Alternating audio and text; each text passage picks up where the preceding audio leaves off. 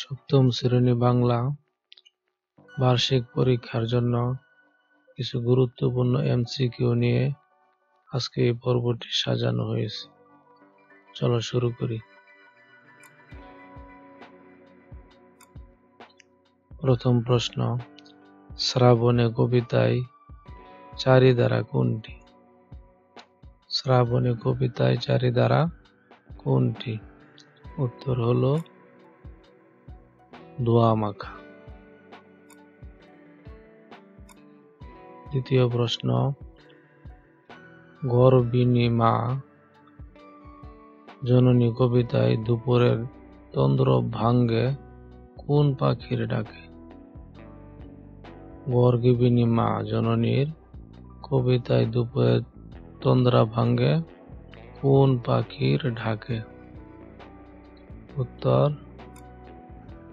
ঘুঘু পাখি।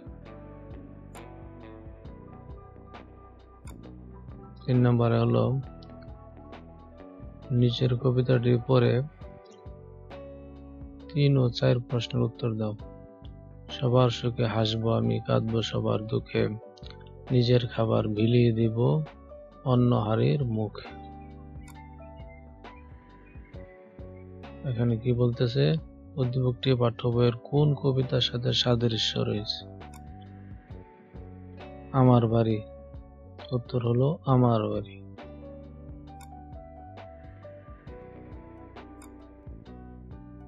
এরূপ সাদৃশ্যের কারণ কি?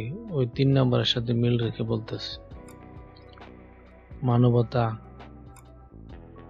উদারতা, দানশীলতা, কোনটি সঠিক?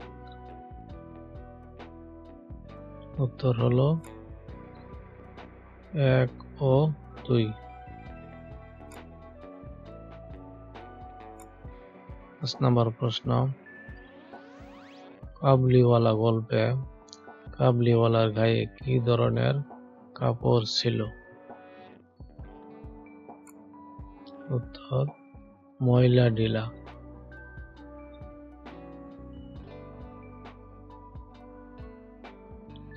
6 নম্বর প্রশ্ন, ধুয়ে যায় রুদ্রে স্মৃতিটুকু বিশ্বের এ ধরনের ঘটনা ঘটে যখন আকাশ ঘন কালো মেঘে ছুঁয়ে যায়, নাকি পৃথিবী থেকে রৌদ্র চিরতরে হারিয়ে যায়, প্রবল বর্ষণে চারিদিক থই থই করে? কোনটি সঠিক?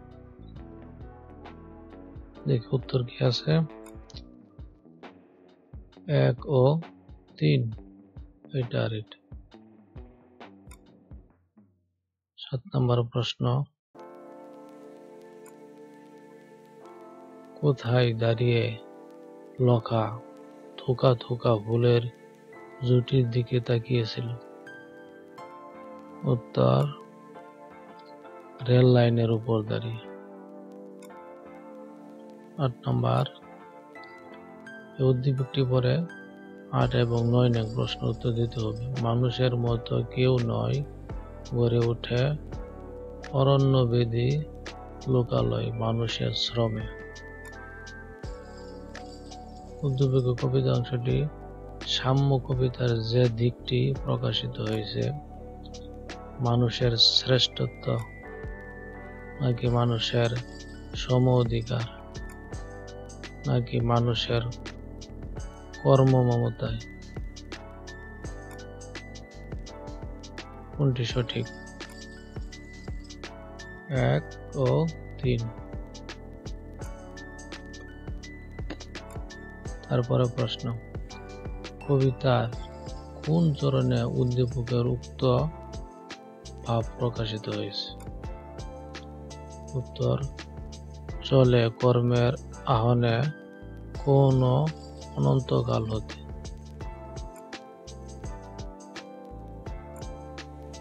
10 নম্বর, কুলিরা পরিল তলে বলতে কি বোঝানো হয়েছে? কুলিরা পরিল তলে বলতে কি বোঝানো হয়েছে? উত্তর কুলিরা বঞ্চিত ও অবহেলিত। 11 নাম্বার, অমনি করে যায় বেশি, তাই নতুন নগর বনে। এখানে প্রকাশ পেয়েছে সীমাহীন সৌন্দর্য, নাকি অজানা আনন্দ, নাকি অপার বিস্ময়। কোনটি সঠিক? 2 এবং 3 সঠিক। 12 নাম্বার, কবি কোন ফুলের মালা গাঁথেন? কবি কোন ফুলের মালা গাঁথবেন? উত্তর হলো তারা ফুলের।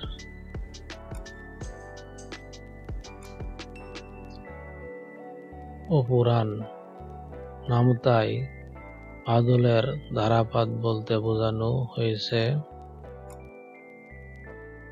বৃষ্টির ধারাবাহিক পতন, নাকি বৃষ্টির ক্ষণিক পতন, নাকি বৃষ্টির ছন্দময় পতন। কোনটি সঠিক? উত্তর হলো 1 ও 3, এটা এবং এটি সঠিক।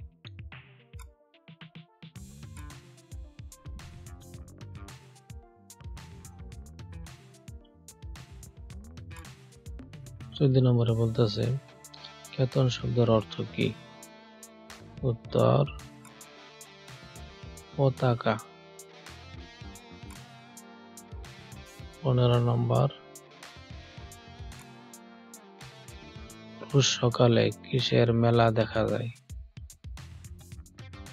উত্তর রঙের মেলা। 16 নম্বর,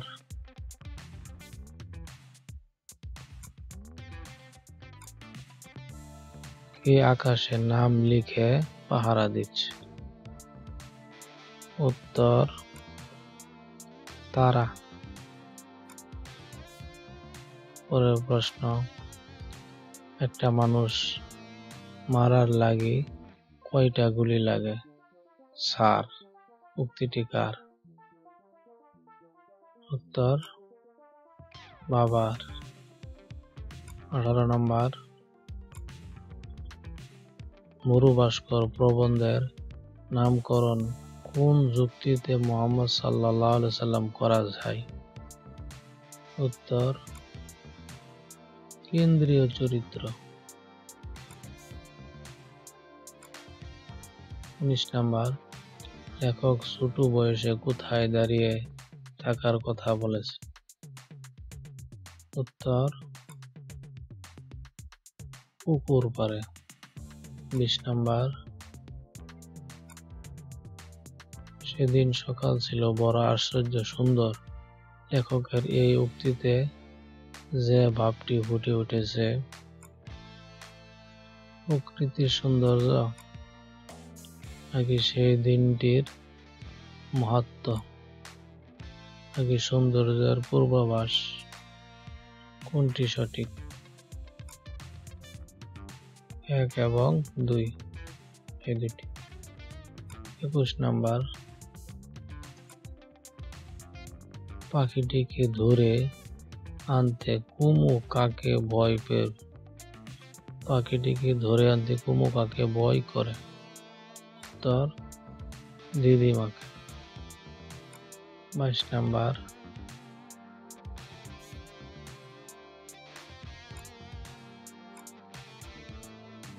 ভাষা আন্দোলনের পর বাঙালির স্বাধীনতা সংগ্রাম আরো কত বছর চলে? উত্তর 19 বছর। 23 নম্বর, গেরুয়া বলতে কোন রংকে বোঝায়? উত্তর মেটে। 24 নম্বর, হাওয়াই মিঠাইকে আরজু কিসের সঙ্গে তুলনা করেছে?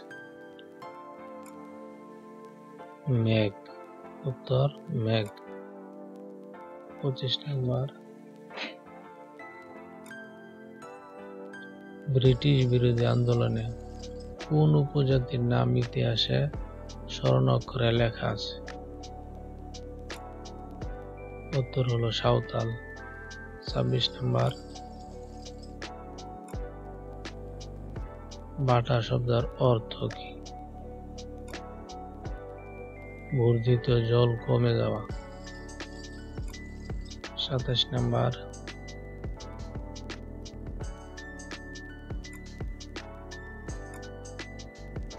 স্বপ্ন থাকলে মনে আসে কি মনে আসে?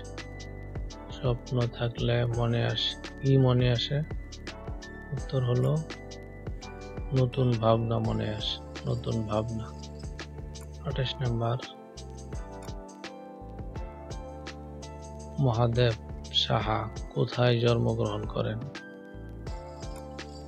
উত্তর সিরাজগঞ্জে। 29, আবুল কাসেম ফেরদৌসী জন্ম সাল কত? 937 সাল। 30 নম্বর অর্থাৎ শেষ প্রশ্ন,